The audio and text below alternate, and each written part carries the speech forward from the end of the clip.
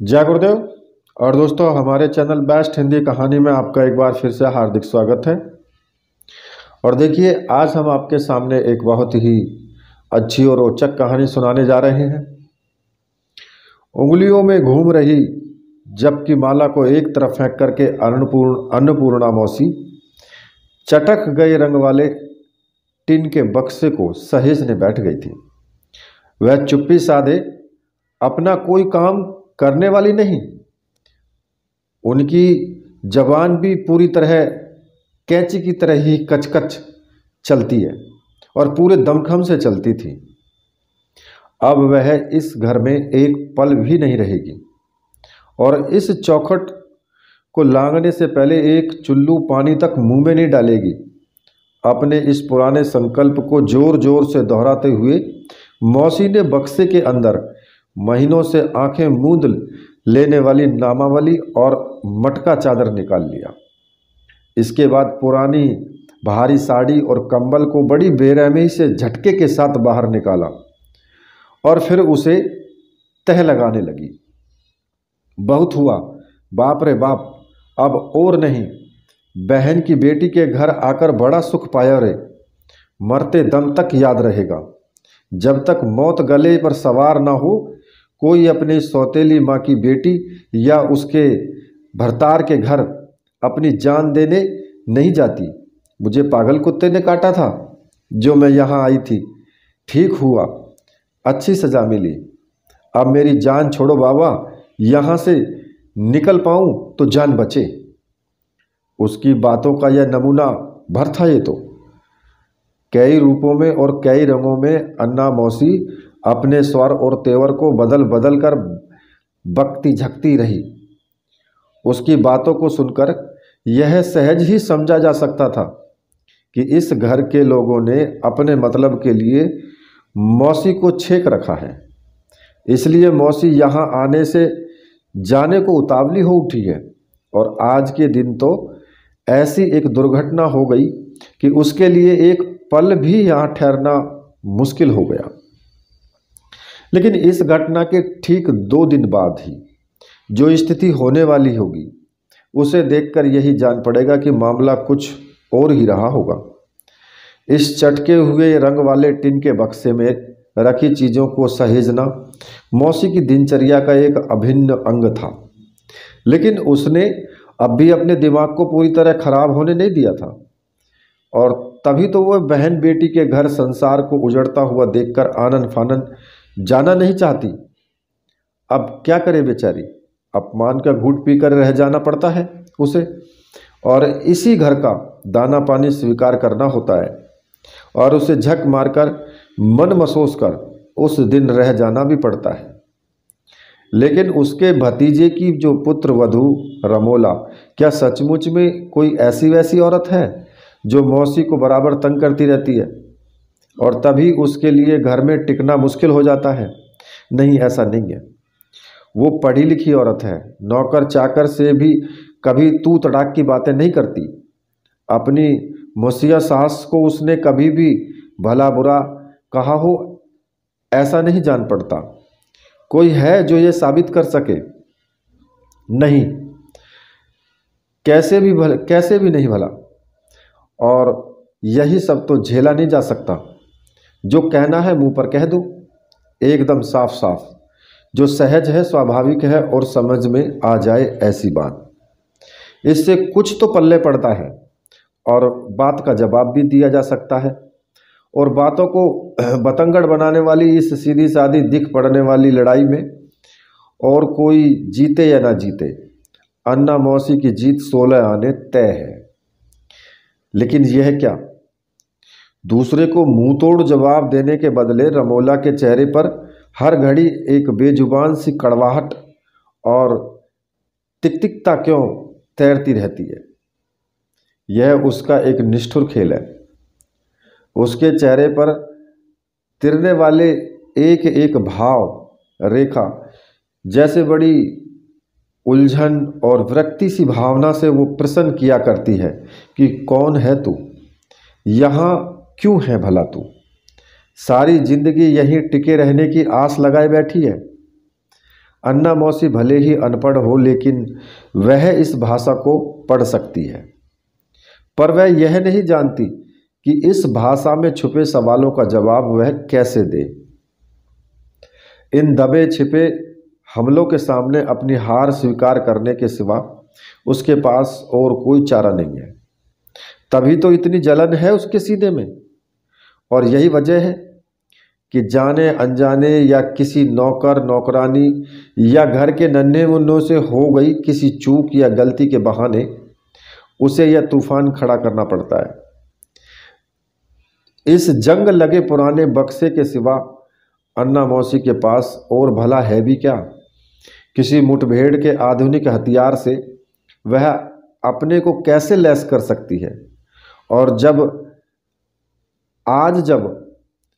अचानक एक नटखट बच्चे का पांव उसके ऊपर पड़ गया तो वह अपने को बड़ा आहत महसूस कर रही है और घंटे भर से चीख चिल्ला रही है, अरे मेरे गले में फंदा डाल दे रे, अरे बहन बेटी दामाद के घर पर पड़ी पड़ी मैं मलाई और रबड़ी उड़ा रही हूँ रे।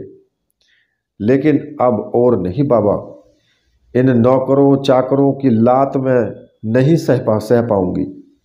अरे विभूति कहाँ चला गया रे? अभी तुरंत जाकर मेरे किश्तों को तार दे दे, वह मुझे लिवा ले जाएगा। वह बेकार हो कंगला हो, मेरी कोख का जाया तो है, उसका दाना पानी हराम का तो नहीं है। इस मलाई रबड़ी से मुझे अभागन का क्या काम? मैं बेटे के घर में गेहूं उबाल करके खा लूँगी। तू जा और जल्दी से तार दे दे रे विभूति को। विभूति कमरे के अंदर चुप बैठा किसी मुवक्किल की फाइलें उलट रहा था। उसे देखकर यह नहीं जान पड़ता कि बात उसके कान में भी पड़ी है, लेकिन रमोला के कान में कोई पिघला हुआ शीशा नहीं डाला कि वह यह सुनकर भी न सह ले। वह तमतमाती हुई कमरे में दाखिल हुई और फट पड़ी। आखिर ऐसा कब तक चलता रहेगा? विभूति जैसे असहाय सा जान पड़ा।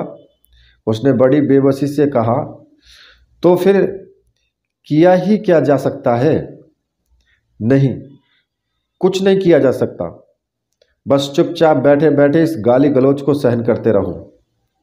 क्या बात है? विभूति ने उत्तर में जो कुछ कहा वह टालने वाला ही था। ऐसा करो कि उसके साथ थोड़ा निभाह कर लो। ऐसा करने पर निभाह कर? अरे फिर तो बादल और मिंटू को लेकर मुझे इस घर संसार से विदा होना पड़ेगा।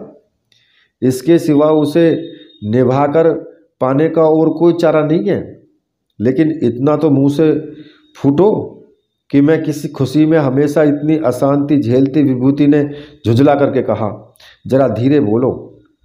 अच्छा ये तो बताओ कि क्या किया जा सकता है? किसी का स्वभाव तो बदला नहीं जा सकता। अब बीच में समझाने बुझाने की कोशिश तो करता हूँ। हाँ, काम तो तुम हमेशा समझदारी का ही करते हो। ठीक है, तो फिर यह नौटंकी चलती रहे। वे जी भरकर हमें कोसते रहे, जो चाहे बकती झकती रहे, दिन में 5 बार तुम्हारे घर से चले जाने का ढोंग रचती रहे, और तुम ही को माता पिता कहकर आरती उतारते रहो। अब विभूति ने आहत हंसी के साथ पूछा, तो फिर क्या करूं?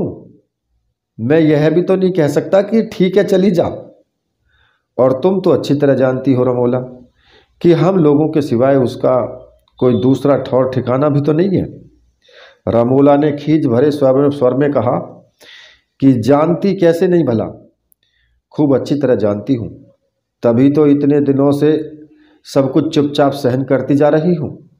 लेकिन जिसे इस बात का होश रहना चाहिए, उसे यह बात बताए बिना एक नकली दुनिया रचकर और कितने दिनों तक यह सब चलता रहेगा?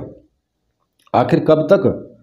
मैं ये समझ नहीं पाती कि एक गलत बात का ढोल कब तक पीटा जा सकता है। हर किसी को अपनी हालात और हैसियत के बारे में पूरी तरह चाक चौकस रहना चाहिए। किसी पराये का आसरा मिले, इस बात की झूठी कल्पना से और झूठे के सहारे बार बार और इतनी बुरी तरह किसी सच को कोसा नहीं जा सकता। ये तो अजीब बात है। जो लड़का 6 महीने पहले मर गया और भूत हो गया, उसका इतना रौब। ओहो रमोला, तुम क्या कोई बात आहिस्ता से नहीं बोल सकती हो? आहिस्ता से? भला क्यों बोलूं? मैं कोई गूंगी तो नहीं, रमोला कहती गई। मैं तुम लोगों की तरह फालतू और सेंटिमेंट में पड़ी नहीं रहना चाहती। और मरने की खबर सुनकर किसका हार्ट फेल होते हुए भी मैंने नहीं देखा। हो सकता है तुम्हारी इस प्राण प्यारी मौसी का हो जाए, लेकिन याद रखना, मैं बता ही देती हूँ, मैं ज़्यादा दिनों तक इस लुका छिपी वाला खेल नहीं खेल पाऊंगी। तुम यह सब उसके मुंह पर कह सकोगी? रमोला ने उखड़े स्वर में कहा। इसमें कह सकने की और ना कह सकने की क्या बात है? इस बात को हमेशा के लिए थोड़े ना छुपाया जा सकता है, जितने दिन तक संभव हो। और फिर इसमें हमारा नुकसान ही क्या है रमोला? बात नफ़ा नुकसान की नहीं है, लेकिन झूठ आखिर झूठ ही है। अगर उसके हक में कोई बात नहीं जाती तो नहीं जाती, और ऐसा न होता तो फिर दुस्संवाद या बुरी खबर जैसी कोई बात ही नहीं होती। 2 दिन रोएगी, चिल्लाएगी, हाथ पांव पटकेगी, और क्या, इसके बाद सब ठीक हो जाएगा। यह तो समझ जाएगी कि मैं आखिर किस जमीन पर खड़ी हूँ। तुम्हारा यह फालतू का सेंटिमेंट एकदम बेमानी है। यह कह करके रमोला पांव पटकती हुई कमरे से बाहर निकल गई, और इधर विभूति खुले दरवाजे की तरफ फटी आंखों से देखता रहा। उसके मन में रमोला की बातें घुमड़ रही थी, सचमुच उसकी ही बातें। रमोला पढ़ी लिखी है, अच्छी साफ सुथरी और खरी जबान में चाहे जो भी कहे, जैसे भी घुमा फिरा करके कहे, विभूति के लिए उसकी बातों का मतलब एकदम साफ है।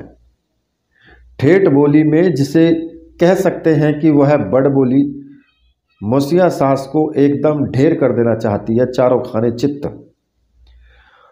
और वह आखिर ऐसा क्यों न चाहे? जो उसके अधीन है, उसका ऐसा रौब दाब वह कैसे सहन कर सकती है भला? और जबकि उसके सारे अहंकार को मटियामेट करने का अचूक मंत्र उसकी मुट्ठी में बंद है।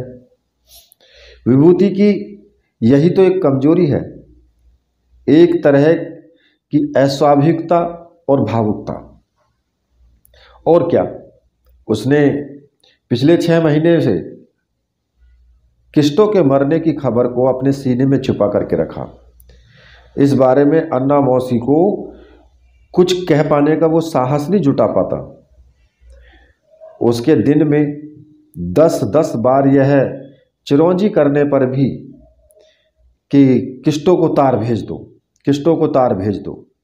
हालांकि इस बात को दोहराना गलत ही होगा कि किस्टो नामक सपूत पर अन्ना मौसी को बड़ा भरोसा था। वह तो थोड़े दिनों के लिए अपनी सेहत सुधारने के लिए बहन बेटी के घर चली आई थी। अपने होनहार बेटे के लिए 2 जून अन्न पाने की तनिक भी उम्मीद नहीं थी अन्ना मौसी को। दरअसल उसके बेटे का ठौर ठिकाना गांव के बाहर एक पिछड़ी बस्ती में ही था। जब कभी उसे रुपए पैसे की जरूरत पड़ती, वह घर आधमकता और माँ से अनाप शनाप बकझक करता रहता, और अगर उसे पैसे न मिले तो वह बर्तन भांडे सब लेकर गायब हो जाता, और फिर कुछ दिनों तक पता नहीं कहाँ पड़ा रहता। अपने बेटे से पूरी तरह निराश हो जाने के बाद ही मौसी ने अपनी मढ़ैया पर साकल चढ़ा करके ताला लगा दिया और यहाँ जमाई के घर डेरा डाले बैठी थी। बेटी जमाई द्वारा भेजे गए माहवारी खर्चे पर ही जब सारा कुछ निर्भर था, तो उसके पास जाकर रहना ही कहीं ज़्यादा अच्छा है। कुछ साल वहाँ बिताने के बाद अन्ना मौसी की खूबियों की दौलत बेटी भगवान को प्यारी हो गई। यह बताने की ज़रूरत नहीं कि उसके गुजर जाने के बाद उस घर में टिके रहना मुश्किल ही था। अपनी पत्नी के नाते बड़बोली सास को झेलना जहाँ तक संभव था, वहाँ तक जमाई बाबू ने झेला ही था। पत्नी के मर जाने के बाद इसकी कोई ज़रूरत नहीं पड़ रह गई थी। इसलिए एक दिन जमाई के घर में झाड़ मारकर जंग खाए टिन का बक्सा उठाए अन्ना मौसी चली आई अपनी बहन के जमाई विभूति के घर।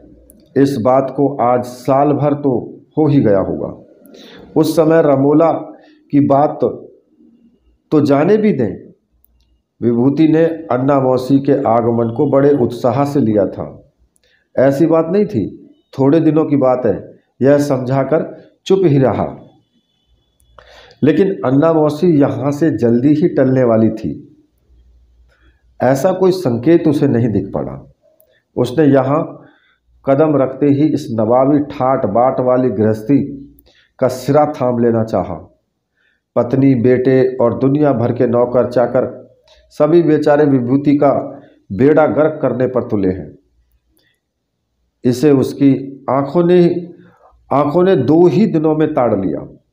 और जैसा कि कहा भी गया है कि माँ मौसी एक जान, उसी नाते क्या अन्ना मौसी मझधार में डूब रहे इन बच्चों को बचाने की कोशिश नहीं करेगी? लो, इस छोटी मोटी गृहस्थी में 50 ठो चाकर नौकर चाकर भला काहे के लिए? इनको देखकर तो मेरे तन मन में आग लग जाती है। 30 रुपये महीने पर एक बामन रसोइया आखिर काहे के लिए? घर की बहू 2 मुट्ठी चावल नहीं सिझा सकती। 24 घंटे सुई पोकर लिए बैठी न जाने क्या निहाल करती रहती है। और बाल बच्चों को इस तरह का नवाबी खाना खिलाने की क्या ज़रूरत है भला? दूध, मलाई, माखन, मिश्री के बिना कलेवा गले से नीचे नहीं उतरता। 2-2 ठो पराठे सेक दो और अचार डालकर सामने रखो, इतना भी नहीं होता। विभूति जैसा मोंगड़ा आदमी यह सब सहन कर सकता है। अरे कोई दूसरा बच्चा होता न तो जूते मार मार कर सारा जहर उतार देता। अन्ना मौसी जब पहले यहाँ आई थी तभी उसके मुंह से जो फुहारे फूटे थे ये उनके लिए नमूने भर था। लेकिन रमोला ने अपनी चुप्पी, जलती हुई निगाहों और बिना किसी प्रतिक्रिया के सारी चोट को सह पाने की तैयारी के साथ उस दौर को झेला था। इसमें उसे कोई ज़्यादा वक्त नहीं लगा। इसके बाद आया छोटे छोटे अधिकार और अभिमान का जमाना। इस दौर में अन्ना मौसी ने बड़े ताम झाम के साथ ऐसा ऐलान किया कि आखिर वह इस घर संसार में कौन होती है। वह नौकर चाकर की लंबी कतार में तो शामिल नहीं है।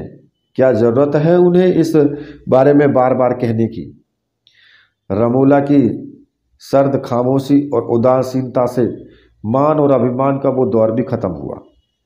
अब ऐसा होने लगा कि सारे लौंडे लपाड़े, नौकर नौकरानी जानबूझकर मौसी को अपमानित करने पर तुले हैं और लोग लाख चाहने पर भी उसका रमोला के साथ सीधे झगड़ा करना मुमकिन नहीं हो पा रहा। और इस अपमान से आहत मौसी इसलिए रह रहकर किस्टों को तार देने पर जोर दे रही है और ये लोग उसके बार बार कहे जाने पर भी उसके जाने का कोई इंतजाम नहीं कर रहे। इस बात को उसने पूरे मोहल्ले भर में प्रचारित कर रखा है। इन सारी बातों के बीच जो ज़रूरी खबर है वो यह है कि कुछ महीने पहले अन्ना मौसी के गांव से मुकुंद नाम का एक छोकरा किस्टों के उसी ताड़ी वाले अड्डे का मरा आया और उसके घर बाहर बैठा रहा। बाद में विभूति से मिलकर गया था वो। वैसे घंटे भर से ज़्यादा नहीं रुका। पता नहीं उस लड़के के आने के बाद विभूति के मन में ऐसी कौन सी करुणा का संचार हुआ कि उसने इस बात को अन्ना मौसी से छुपाए रखा और आज तक उसे प्रकट नहीं कर सका। बात न तो अन्ना मौसी की धृष्टता की थी और न ही रमोला के उत्पीड़न की। विभूति यही सोचता रहा कि अन्ना मौसी की बकझक में छिपी पीड़ा की जो ग्रंथि है उस ओर से रमोला ने अपनी आंखें क्यों मूंद रखी हैं। अगर वह उस पर तरस ना खा सकती तो कम से कम उसे अपमानित तो न करे। आखिर रमोला में ऐसी उदारता क्यों नहीं है। अगर किस्टों की मौत की खबर उसे न भी हो तो बहन जमाई कि घर में 2 मुट्ठी भात पाने के का जो लालच है, उससे भी किंचित वंचित होकर वह आखिर जाएगी कहाँ? अपने उसी गांव में जहां उपवास रखने के सिवा और कोई चारा नहीं। क्या रमोला इस छोटी सी बात को समझ नहीं पाती? ये औरतें एक असहाय वृद्धा को भला किस तरह अपमानित कर सकती हैं, जो आश्रित है, उसी से कुड़ती चिढ़ती है। लेकिन रमोला पर ही दोष मढ़ने से क्या होगा? वे जो किसी के भरोसे रहते हैं, उन्हें भी तो दैन्य भाव से अधीनता स्वीकार करनी चाहिए।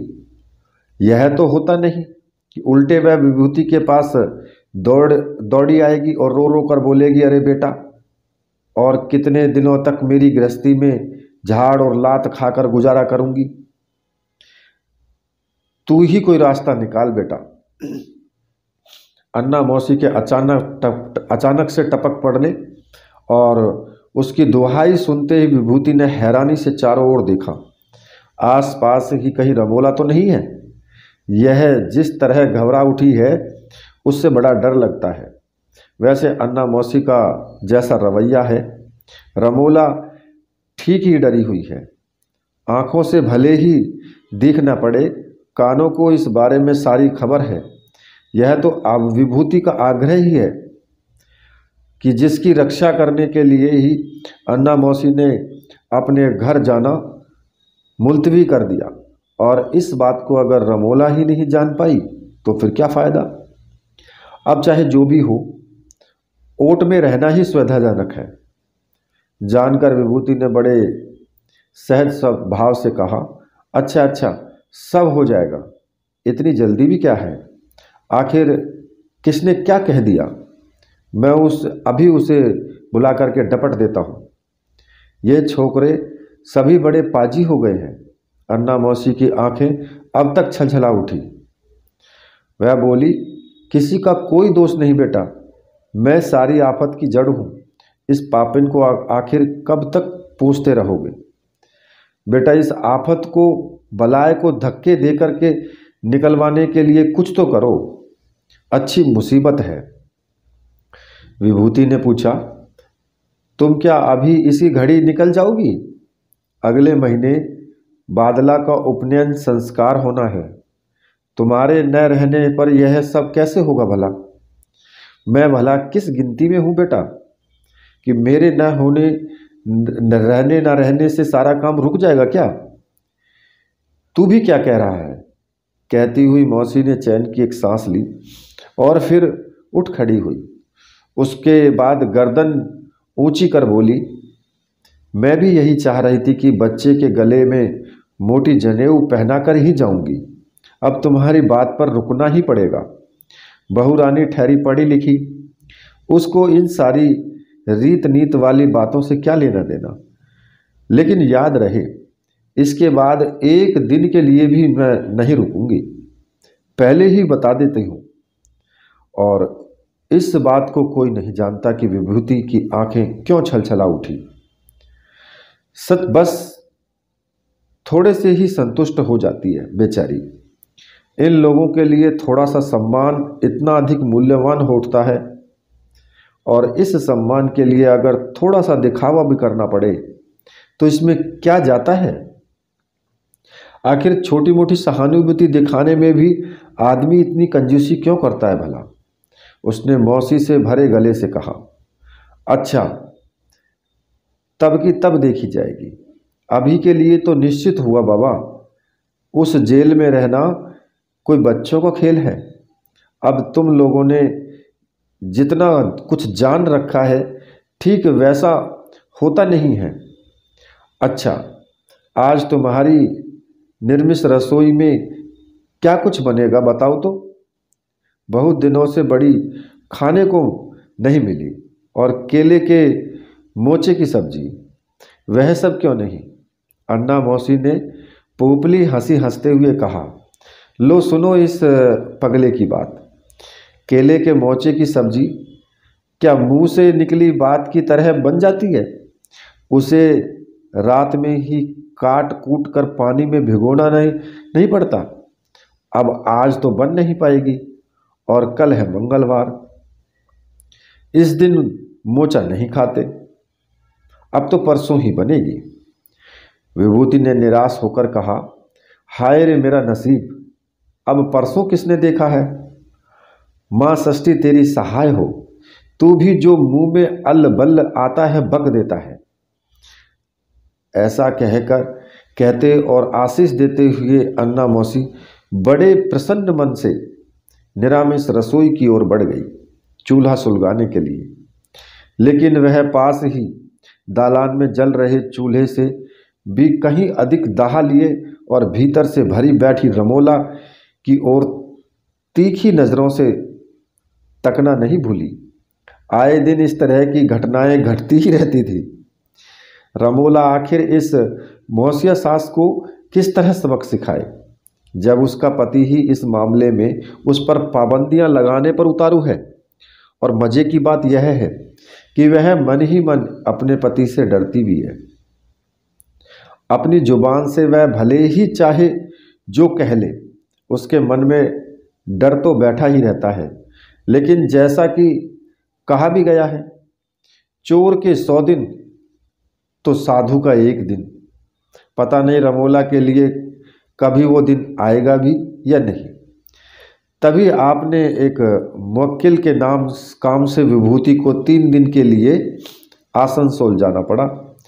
अन्ना मौसी के बारे में उसकी चिंता ने उसे परेशान किया हो, ऐसी बात नहीं, लेकिन इस बारे में साफ तौर पर अपनी पत्नी को यह कह सके कि मेरे न रहने पर मौसी के साथ कोई बुरा सलूक न करना बताना भूल गया वो। 4 दिन के बाद जब वो लौटा तो अपनी दूसरी व्यवस्थाओं के चलते मौसी की खोज खबर लेने की फुर्सत नहीं मिली। उसे जब इस बात का ख्याल आया तो उसने हंसी हंसी में कहा, अरे भाई क्या बात है, मिंटू और अन्ना मौसी की आवाज़ सुनाई नहीं पड़ रही, लगता है घर को लकवा मार गया हो। मिंटू ने डरकर अपना चेहरा एक बार ऊपर उठाया और फिर नीचे झुका लिया। 11-12 साल की बड़ी सी होशियार लड़की, दुनियादारी की बहुत सी बातों को समझने वाली, उसने एक बार अपनी माँ की ओर देखा और फिर अपनी आंखें नीची कर ली। क्या बात है, माँ बेटी एक दूसरे का मुंह क्यों ताक रही है। विभूति ने झुंझलाहट छिप नहीं सकी, और बाप की इस परेशानी के डर से नहीं, बल्कि बाप के प्यार के भरोसे ही मिंटू ने जल्दी ही बात उगल दी। अन्ना दादी किस्टो चाचा की मौत की खबर सुनने के बाद 2 दिनों से गुमसुम बैठी हैं अपने कमरे में चोर की तरह। विभूति लगभग 1 मिनट तक घरवाली की ओर चुपचाप देखता रहा। उसके होठों पर फिर एक कुटिल मुस्कान खिंच गई। उसने पूछा, इतना अच्छा मौका तुम भला कैसे छोड़ सकती थी, है ना। रमोला ने तिरस्कार का उत्तर तो पहले से ही तैयार कर रखा था, लेकिन वह इस व्यंग के लिए तैयार नहीं थी। वह एक बार तो सख्ते में आ गई, लेकिन दूसरी बार जैसे सुलग उठी। विष बुझे स्वर में बोली, ज़्यादा घबराने की जरूरत नहीं है। अचानक उस खबर के बारे में जानकर वह कोई पागल नहीं हो गई है। यह ठीक है कि वह 2 दिन से चुप्पी साधे बैठी है, लेकिन अपनी बेहयाई छिपाने के लिए, और मौत की यह खबर उसके लिए कोई नई बात नहीं थी। उसने ठीक मौके पर ही सब कुछ सुन लिया था। लेकिन तुम्हारी इन जैसी मौसियों और बुआओं के श्री चरणों में कोटि कोटि बार नमस्कार करने को जी चाहता है। अपने इकलौते और जवान बेटे की मौत की खबर तक को एक सिरे से हजम कर जाने वाली, और पिछले 6 महीनों से उसी बेटे का नाम ले लेकर जो औरत नौटंकी कर सकती है, उसे और कहीं नहीं, तुम्हारे ही घर में देखा है मैंने। विभूति को ये सारी बातें बड़ी अजीब सी जान पड़ी, लेकिन रमोला के कुटिल और ऐसे तेवर को देखकर उसे दूसरा कोई सवाल करने की इच्छा नहीं हुई। लेकिन उस चेहरे को ताकते रहने पर उसके मन में अचानक बात जरूर कौंध गई। ऐसे चेहरे और तेवर वाली औरतों के साथ वह पिछले 19 वर्षों से घर संसार चलाता आ रहा है। बड़ी हैरानी की बात है सचमुच। लेकिन थोड़ी देर पहले सुनी कहानी भी कम आश्चर्य में डालने वाली नहीं थी, और इस रहस्य का पर्दा अन्ना मौसी के सिवा कोई नहीं उठा सकता था। पहले तो वह कमरे में नजर ही नहीं आई, फिर बाद में वह उसी जंग खाए और उधड़े रंग वाली बक्से के पीछे दिख पड़ी, जहां तक संभव हो अपने आप को सबकी निगाहों से बचाती हुई, चोर की तरह। विभूति को देखते ही उसने अपने आप को और भी सिकोड़ लिया। विभूति उसी बक्से पर ही बैठ गया। उसने बिना भूमिका के कहा, अपने घर जाओगी मौसी? घर? अचानक मौसी को जैसे तिनके का सहारा मिला।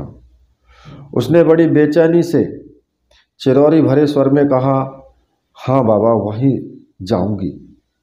2 दिनों से सोचती रही रे, पर कुछ तय नहीं कर पाई। वहीं कर, जैसे भी हो मुझे मेरे घर भिजवाने का कोई इंतजाम कर दे। वहां जाकर किस्टों का नाम गला फाड़ फाड़ कर थोड़ा रो तो लूं। मैं महापापिनी हूं रे। बेटे की मौत का दुख हजम करके पिछले 6 महीनों से हंडिया भर भर भात भकोस रही हूं, और यह सब देखकर ऊपर बैठा किस्टो कैसे खिलखिलाकर हंस रहा होगा।